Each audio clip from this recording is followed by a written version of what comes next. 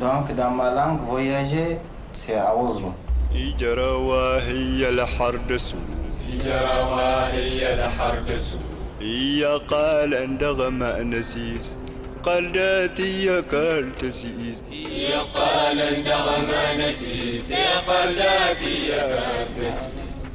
Voyager chez moi, c'était une chose qui est courante. Les gens sont pratiquement tout le temps en voyage, on peut dire. Parce qu'il faut quitter la maison pour se rendre des fois 50 ou 60 km. Une fois qu'on quitte la maison pour une journée ou 2 journées, on est déjà dans le voyage. Mais toujours, le but du voyage, il y a quelque chose dont on vise. Soit visite des parents, soit aller échanger des nouvelles avec une autre famille, ou voyager. Les grands voyages, c'est vraiment Thailand, de la caravane des sept.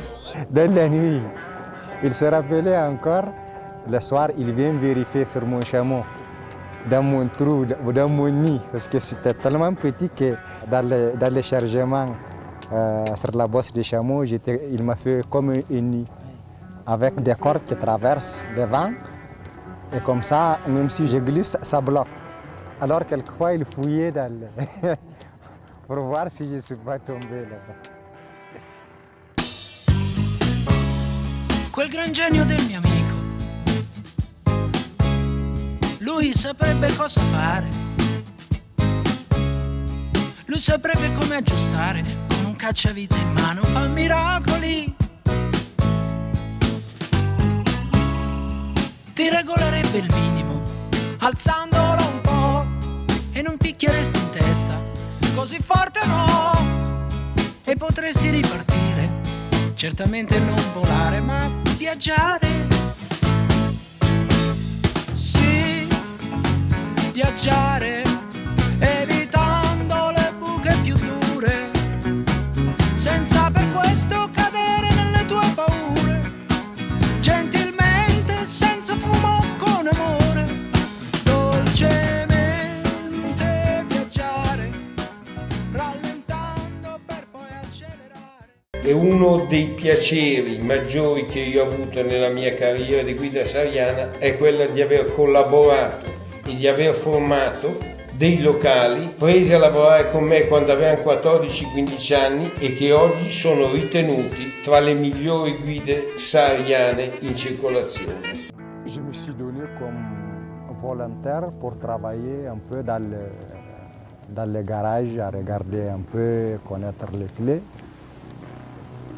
Et c'est de là que j'ai commencé ma carrière avant de rencontrer ton papa qui m'a fait retourner d'une façon que je considère nomadisme moderne. Mais aujourd'hui que j'ai traversé beaucoup de fois le désert avec des gens qui viennent très loin, comme les Européens qui sont là avec nous. Ils ont arrivé aussi à nous expliquer l'importance d'être seul, l'importance d'être avec la nature. J'ai compris mieux la vie au désert et j'ai beaucoup aimé aujourd'hui par rapport au temps jadis que je n'aime pas.